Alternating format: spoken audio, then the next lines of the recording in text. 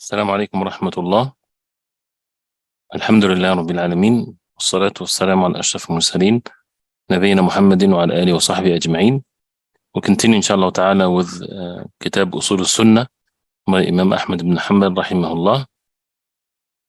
And he says rahimahullah, وقتال اللصوص والخوارج جائزا إذا عرضوا للرجل في نفسه وماله فله أن يقاتل عن نفسه وماله ويدفع عنها بكل ما يقدر، وليس له إذا فارقوه أو تركوه أن يطلبهم ولا يتبع آثارهم، ليس لأحد إلا الإمام أو ولاة المسلمين، إنما له أن يدفع عن نفسه في مقامه ذلك وينوي بجهده ألا يقتل أحدا، فإن مات على يديه في دفعه عن نفسه في المعركة فأبعد الله المقتول، وإن قتل هذا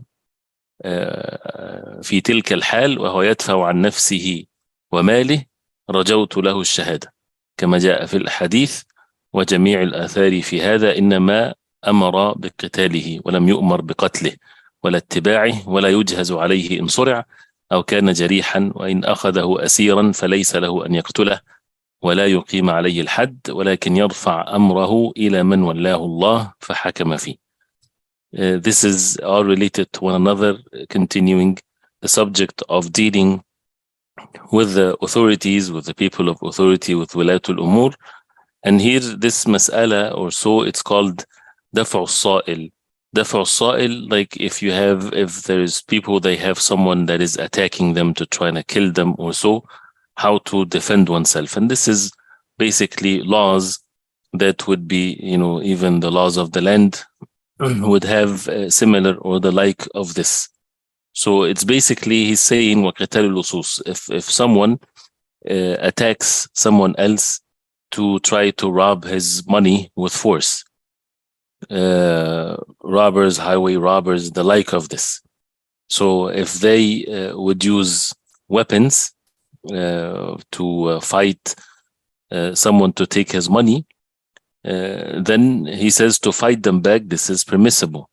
If they face someone with his own self, or to try to attack one physically, or one's wealth.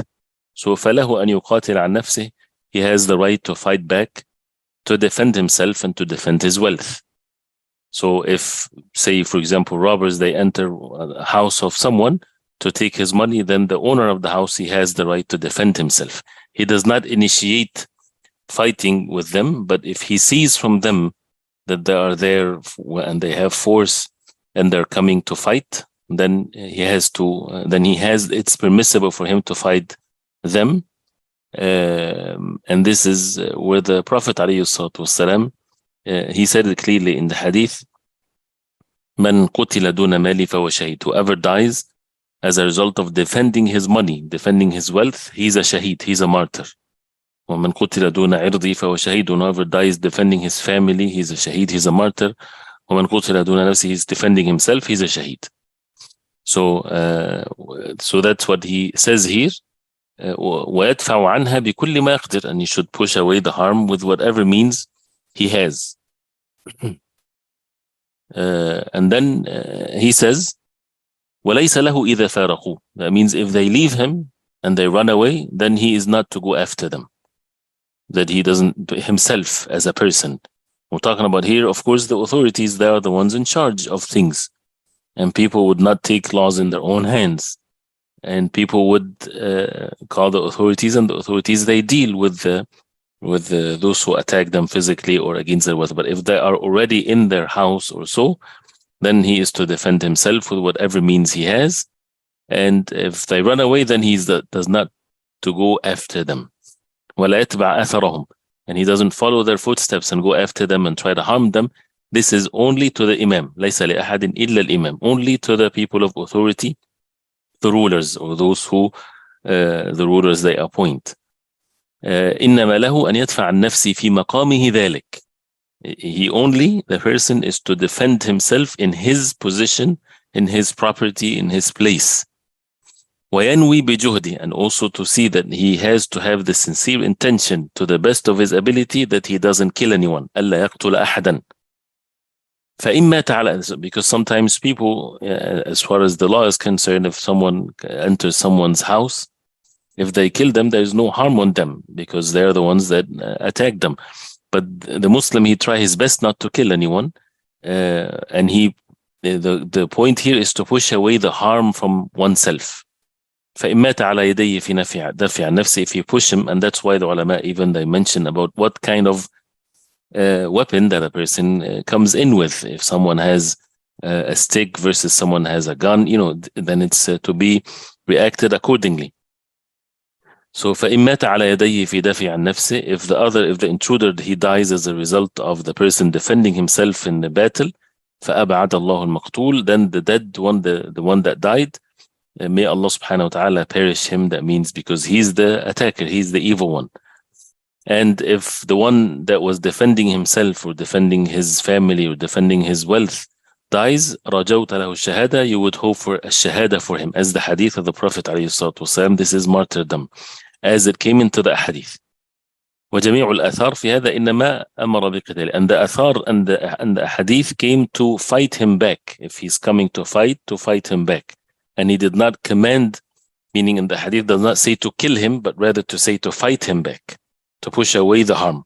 And also doesn't say to follow him. ولا يجهز عليه إن صرع, and if he falls and he is armless, he doesn't have any arm, and the person in place, he becomes in charge of him, then he is not to kill him, not to cause more harm to him. If in صرع, that means if he fell, if he's under his control. أو كان جريحا, or if he's wounded. وإن أخذه أسيرا فليس له أن يقتله, and if he kept him in captivity like that till the authority comes or something like this, then it's not for him to kill him. ولا يقيم عليه الحد, and not to, of course, to apply the punishment on him. ولكن يرفع أمره إلى من ولاه الله فحكم فيه, but rather he make his affair to the ones of authorities, and they would make the rulings upon him.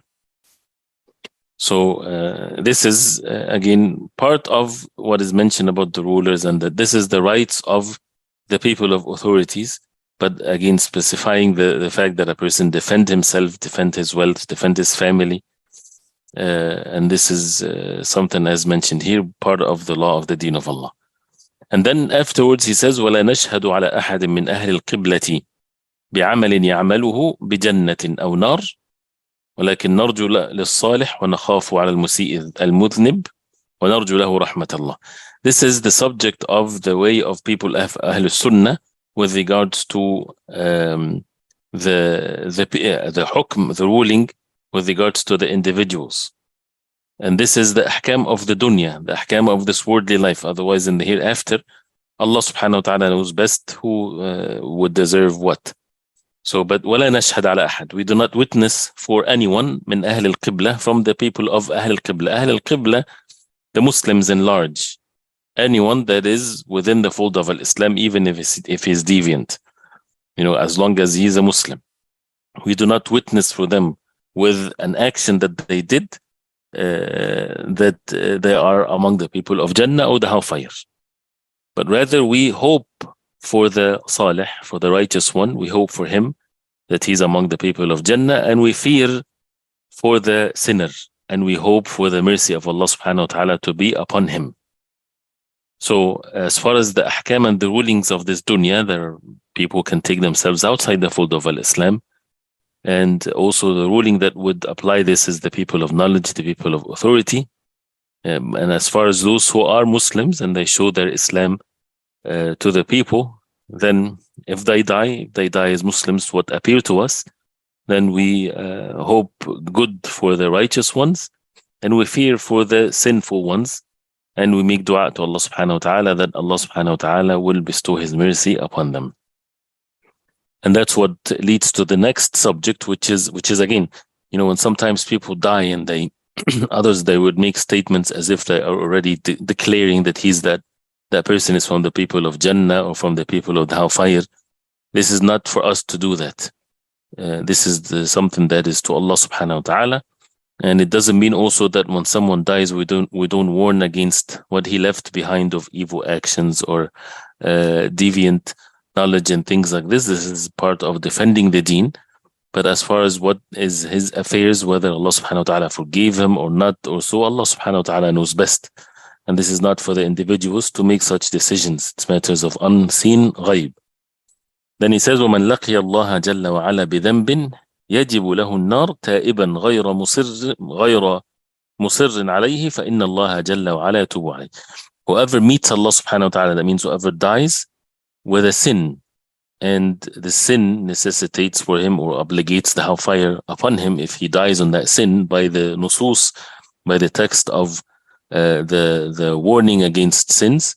But if he dies ta'iban, if he dies repenting to Allah subhanahu wa ta'ala, not musir, not persistently, not, which is the opposite of a tawbah. Tawbah is when someone repents to Allah and fulfill the conditions of tawbah. But someone is not repenting, did not repent to Allah subhanahu wa ta'ala, and he continuously committing that sin. As long as if he dies is in the state of tawbah, Allah subhanahu wa ta'ala yatubu alayhi, Allah subhanahu wa ta'ala accept his tawbah. And the tawbah wipes what's before it. ويقبل الله جل وعلا التوبة عن عباده. Allah subhanahu wa ta'ala accepts the tawbah from his slaves if they repent to Allah. ويعفو عن السيئات, and he pardons them from the sins. قال, and he said, من لقيه وقد أقيم عليه حد. Whoever meets Allah subhanahu wa ta'ala, that means he died and the had or the capital punishment have been applied on him as a result of a sin like killing or the like of that. أو حد ذلك الذنب في الدنيا. If the capital punishment is applied upon him in this dunya, in this world, فهو كفارته. This expiates his sin. So if someone committed a sin that necessitates had, and it was applied in this world, the capital punishment, then this is the expiation for his sin. كما جاء في الخبر عن رسول الله صلى الله عليه وسلم, as it came in the khabar, in the hadith of the Prophet عليه الصلاة والسلام. And this is clearly stated by the Prophet عليه الصلاة والسلام. And he says, وَمَنْ لَقِيَهُ. So this is the first case. The second case, وَمَنْ لَقِيَهُ مُصِرٌ غَيْرُ تَائِبٍ مِنَ الذُّنُوبِ الَّتِي اسْتَوْجَبَ بِهَا الْعُقُوبَةِ. Whoever dies without tawbah, and he is upon the sin, musir, persistent upon the sin, that the sin basically is a sin, that means a person deserves the punishment from Allah subhanahu wa ta'ala. He says, فَأَمْرُهُ إِلَى اللَّهِ جَلَّ وَعَلَى. His affairs is to Allah subhanahu wa ta'ala. إِنْ شَاءَ عَذَّبَهُ, either Allah, if he wills, he punish him, or وَإِنْ شَاءَ غَفَرَهُ, and if he will subhanahu wa ta'ala, he would forgive him. وَمَنْ لَقِيَهُ مِنْ كَافِرٍ عَذَّبَهُ وَلَمْ يَغْفِرْ لَهُ. Whoever meets Allah, returns to Allah subhanahu wa ta'ala as a disbeliever, that disbeliever will be punished and he would not be forgiven. And this is all with the nusus, with the text, the Quran and the Sunnah of the Prophet alayhi salatu wassalam. So here we have three categories, two for the believers and one for the disbelievers. For the disbelievers, of course, if the message reached them and so on. So the disbelievers, if they die in the state of disbelief, they are in the hellfire forever. As far as the Muslims, if they die, there are two cases here. One case is that they repented to Allah subhanahu wa ta'ala from all sins. So these people, there's no sin on them. They enter the Jannah of Allah subhanahu wa ta'ala. The other category, those who did not repent to Allah subhanahu wa ta'ala from sins and they die in the state of the sin. That means they persistently had committed it and they did not repent to Allah subhanahu wa ta'ala. Then either Allah subhanahu wa ta'ala would forgive them or he punished them, all by the will of Allah. And the will of Allah is based on the knowledge of Allah and the wisdom of Allah. And no one comprehend the knowledge of Allah subhanahu wa ta'ala. And then if they are to be punished, then eventually they will enter Jannah if they died in the state of Al-Islam. And the Prophet ﷺ, when he also mentioned about the hadd, وَمَنْ أَصَابَ مِنْ ذَلِكَ شَيْئًا فَعُوقِبَ فِي الدُّنْيَا فَهُوَ كَفَّارَةٌ لَهُ. Whoever committed a sin that necessitates uquba and he was punished because of that sin in this dunya by the authorities, فَهُوَ كَفَّارَةٌ لَهُ. It's expiation for him. So the hudud in this dunya, the capital punishments and the like of this is all mercy from Allah and as means of expiation of the sins. وَمَنْ أَصَابَ, as the hadith says, وَمَنْ أَصَابَ مِنْ ذَلِكَ شَيْئًا ثُمَّ سَتَرَهُ اللَّهُ. And whoever committed any of these sins that does not have the rights of others, like killing has rights of others. But if it doesn't require rights of others, like adultery and the like of this, ثم ستره الله, then Allah subhanahu wa ta'ala concealed his sin and he was not exposed. فهو إلى الله. First of all, he should not go forward and say that he did it for the punishment to be applied on him.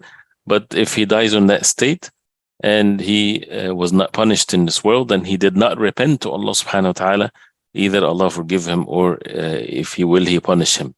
And this is something that the Prophet ﷺ would say to the Sahaba when they're embracing Islam, to take the pledge from them accordingly.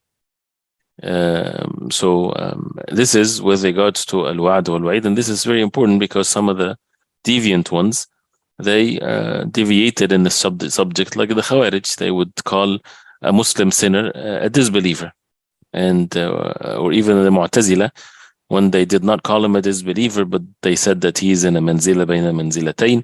He's in a level between two levels. He's not a believer and he's not a disbeliever, but he's in between. But they believe in the same thing as the Khawarij. That means he will be in hellfire forever. That's according to them.